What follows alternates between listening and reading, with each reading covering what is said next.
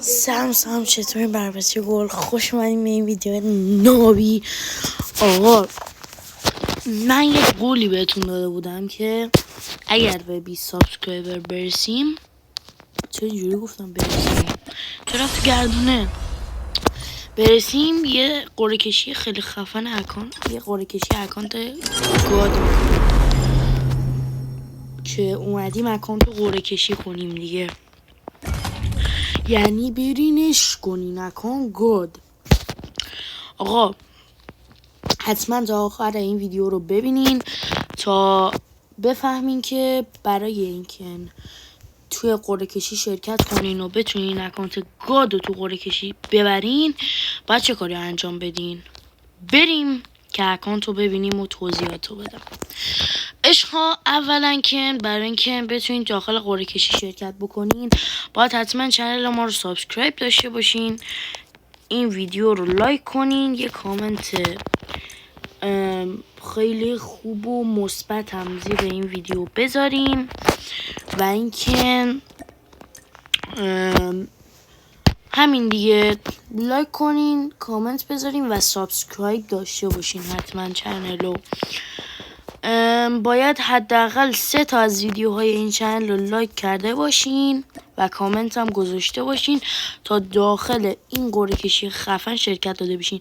بچه این اسکین رو ببین، خیلی قدیمیه ها، واقعا خیلی اسکین خوبیه. آره دیگه این کاری که گفتم باید انجام بدین تا داخل قرعه کشی شرکت بشین. به به بیکی 57 لژندری رو ببین، اصلا خداست، نابیه. آره دیگه این کاری که گفتم انجام بدین تا بتونین داخل قرعه کشی شرکت کنین و برنده این اکانت فوق خفن بشین. برای کسایی که همین اکانت ها رو ندارن خیلی چیز بزرگیه به نظر من که ایشالله در سوالمون باشه اکانت های خفن تر گیرمون بیاد، بتونیم براتون چیز خفن تر رو قرعه کشی بکنیم. عشق این دیگه برای بچه. همونجوری که گفتم آقا لایک و ساب اصلا فراموش نشه.